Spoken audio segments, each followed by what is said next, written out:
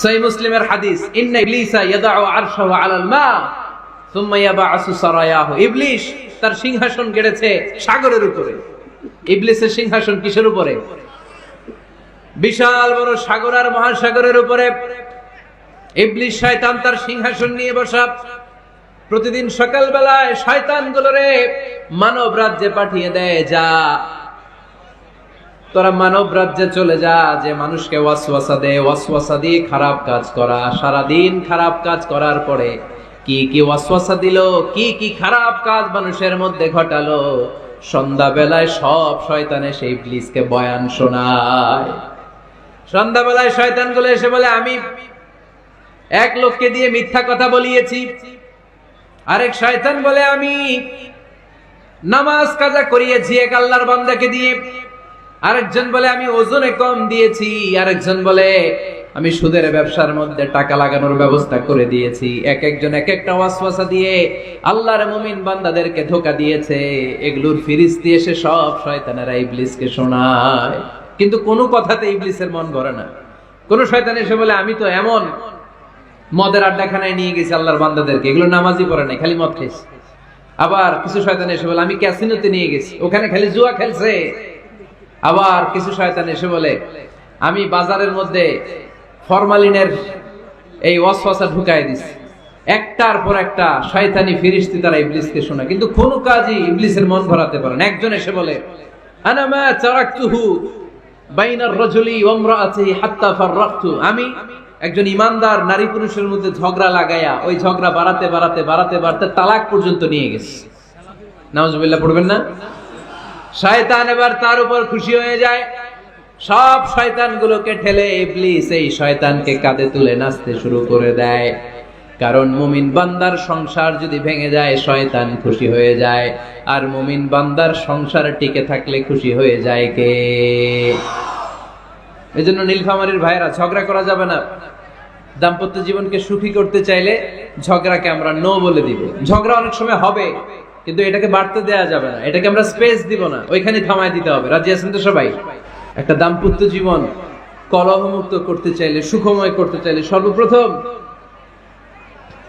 স্বামী স্ত্রীর যেটা খেয়াল রাখতে হবে সেটা হচ্ছে স্বামী স্ত্রীর উভয়ের স্যাক্রিফাইসের মানসিকতা থাকা লাগবে। স্যাক্রিফাইস, আওয়াজ করে আমার সাথে সাথে বলেন, স্যাক্রিফাইস। এই স্যাক্রিফাইস ছাড়া দাম্পত্য জীবন টিকবে? দুইজনেই যদি ঝগড়া করে, দুইজনেই যদি রেগে যায়, ঝামেলা আছে না নাই?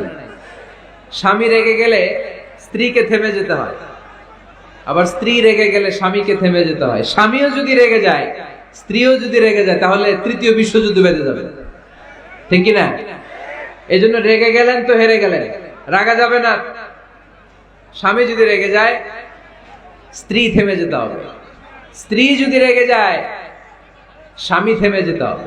এটাই দাম্পত্য জীবনের সুখ আর সমৃদ্ধির মূল ফর্মুলা। স্যাক্রিফাইস করতে হবে। এর কারণ, আপনি যদি দোষ খুঁজতে শুরু করেন, দোষ ছাড়া পৃথিবীতে মানুষ নাই, ঠিক কি না? No one is perfect in this world. এই পৃথিবীতে কেউই পারফেক্ট না। আপনি যে আপনার স্ত্রীর দোষ খোঁজেন, আপনারও দোষ আছে না নাই? আবার ভাবি যদি আপনার খালি দোষ খোঁজে, ভাবিরও দোষ আছে না নাই? না। এজন্য দোষ খুঁজবেন না, স্যাক্রিফাইস করেন, একটু মানিয়ে নিন। দাম্পত্য জীবনটা এরকমই, একটু ছাড় দিতে হয়, একটু মানিয়ে নিতে হয়। দাম্পত্য জীবনে কখনো মন খারাপ, কখনো মন ভালো, কখনো রোদ, কখনো বৃষ্টি, এই নিয়েই দাম্পত্য জীবন, ঠিক কিনা? তাহলে দাম্পত্য জীবনে যদি আমরা সুখ পেতে চাই, সকল নবদম্পতিকে বলবো একটু ছাড় দেওয়ার মানসিকতা বিল্ড আপ করেন। একটু মানিয়ে নেন, একটু মানিয়ে নেন, একটু ছাড় দেন, একটু মিলেমিশে চলেন। এক স্যাক্রিফাইস আমাদের জীবনটারে, আমাদের দাম্পত্য জীবনটাকে একটা জান্নাতি দাম্পত্য জীবন বানায় দিবে, ঠিক কিনা? দাম্পত্য জীবনকে সুখী করার 2 নাম্বার ফর্মুলা হচ্ছে ঝগড়া করা যাবে না। আপনারা ঝগড়া করেন নাকি? হ্যাঁ, বউয়ের সাথে ঝগড়া করেন না এরকম বিবাহিত পুরুষ কে কে আছেন দেখি এখানে? হাত তুলছে অনেকে। বিশ্বাস হয় আপনাদের? হ্যাঁ, অনেক ঝগড়া। হ্যাঁ, আচ্ছা, মেয়েরা বেশি করে? না না, এই মহিলা প্যান্ডেল আছে এদিকে, এদেরকে জিজ্ঞেস করলে বলবে সব দোষ আপনাদের। আর আপনারা দোষ দিচ্ছেন এদের। তো ঝগড়া করবেন না, মেহরবানি করে সম্মানিত ভাইরা, ঝগড়া করবেন না। কারণ এই ঝগড়া থেকে, সামান্য ঝগড়া থেকে অনেক সময় বিচ্ছেদের দিকে চলে যায় সম্পর্ক। ছোট্ট ঝগড়া থেকে যেতে যেতে ঝগড়া বাড়তে বাড়তে ডিভোর্সের দিকে গড়ায়, এরকম আছে না? নাই না। সামান্য ঝগড়া যদি বেঁধে যায়, শয়তান এটার মধ্যে বাতাস দেয়, এটারে বাড়াতে বাড়াতে শয়তান অনেক বড় করে। ইমানদারদের পরিবার ভেঙে গেলে শয়তান খুশি, আর ইমানদারদের পরিবার টিকে থাকলে আমার আল্লাহ খুশি। আমরা কার খুশি চাই? জোরে বলতে হবে, খুশি চাই কার? শয়তান সব সময় চায় ইমানদারদের ফ্যামিলি ভেঙে দিতে। Always he tries his level best to break down the relationship of a mu'min family. একজন ইমানদারের ফ্যামিলি কি করে ব্রেক ডাউন করে দেয়া যায়? যেন ঝগড়াই করবো না আমরা। আপনি ঝগড়া করলে ভাবি যেন ঠান্ডা থাকে, ভাবি ঝগড়া শুরু করলে আপনি ঠান্ডা থাকবেন। ঝগড়া করা যাবে না, কিন্তু ঝগড়া হয়ে যায় ফ্যামিলিতে, এটাকে চেক দিতে হবে। ঝগড়া নিয়ে অনেক মজার মজার গল্প আছে। একটা গল্প দিয়ে আজকে শুরু করি। এক লোক মাহফিল শেষ করে 11টার দিকে বাসায় ফিরেছে। তো বাসায় ঢোকার আগে তার ওয়াইফকে ফোন দিয়েছে। ফোন দিয়ে বলতেছে, এই মাহফিল শেষ, আমি কিন্তু বাসায় চলে আসতেছি, শুরু করার আগে তাড়াতাড়ি দরজাটা খোলো। তো স্ত্রী আবার রাতের খাবার স্বামীকে ছাড়া খায় না। তো স্ত্রী দরজা খুলে দাঁড়ায় আছে, স্বামী বেচারা আসছে।